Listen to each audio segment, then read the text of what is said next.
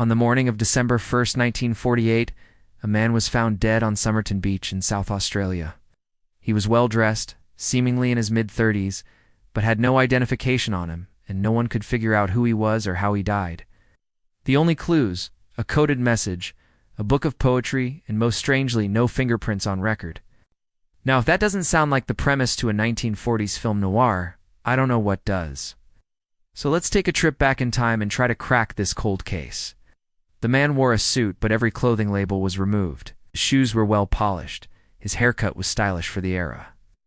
But other than the expensive suit, he had no wallet, no ID, and no luggage. This wasn't the first time an unidentified man had washed ashore in Adelaide, leading some to speculate that perhaps he'd fallen off a ship. But a shipping manifest revealed nothing unusual.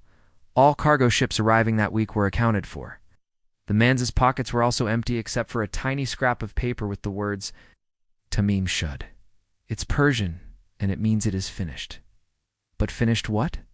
Finished, as in death, perhaps. The man's clothes and his shoes were torn and torn just so they didn't have any identifying marks on them.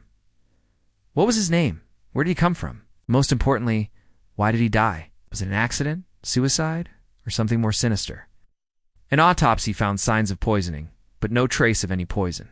There was a pill in his stomach, but chemists couldn't identify its contents.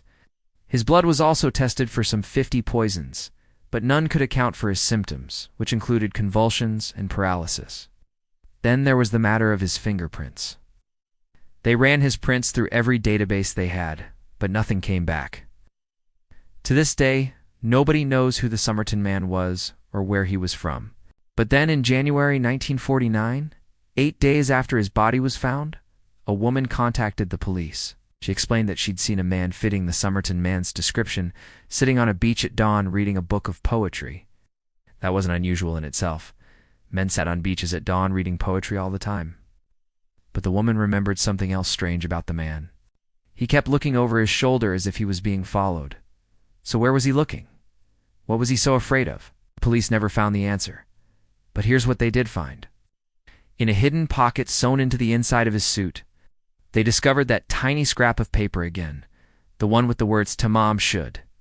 And when the police ran the words through their translation software, they got more than they bargained for. You see, Tamam Shud is actually a line from a rare book of Persian poetry, the Rubaiyat of Omar Khayyam.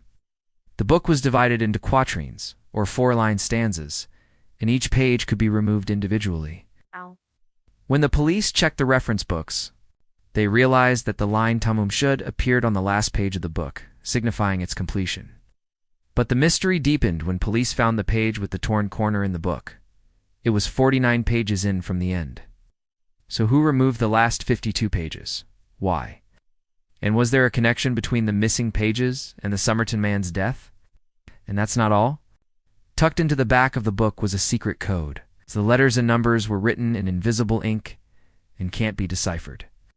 The handwriting is also unlike any other in the case, leaving police to wonder if it was written by the victim or someone else. If it is ever deciphered, it could unlock the whole case. But until then, it remains one of Australia's most enduring mysteries. Some believe the Somerton Man was a Cold War spy. Others, a heartbroken lover. Maybe he was watching a ship come in, counting the seconds until his own demise. Or perhaps he was simply in the wrong place at the wrong time. As for me, I can't help but think of poetry.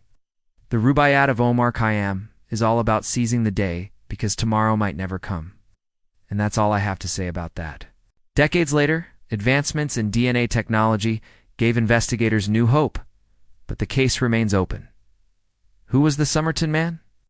How did he die? And who was watching him from afar? Till the code is cracked, the mystery lives on. What do you think? Comment below.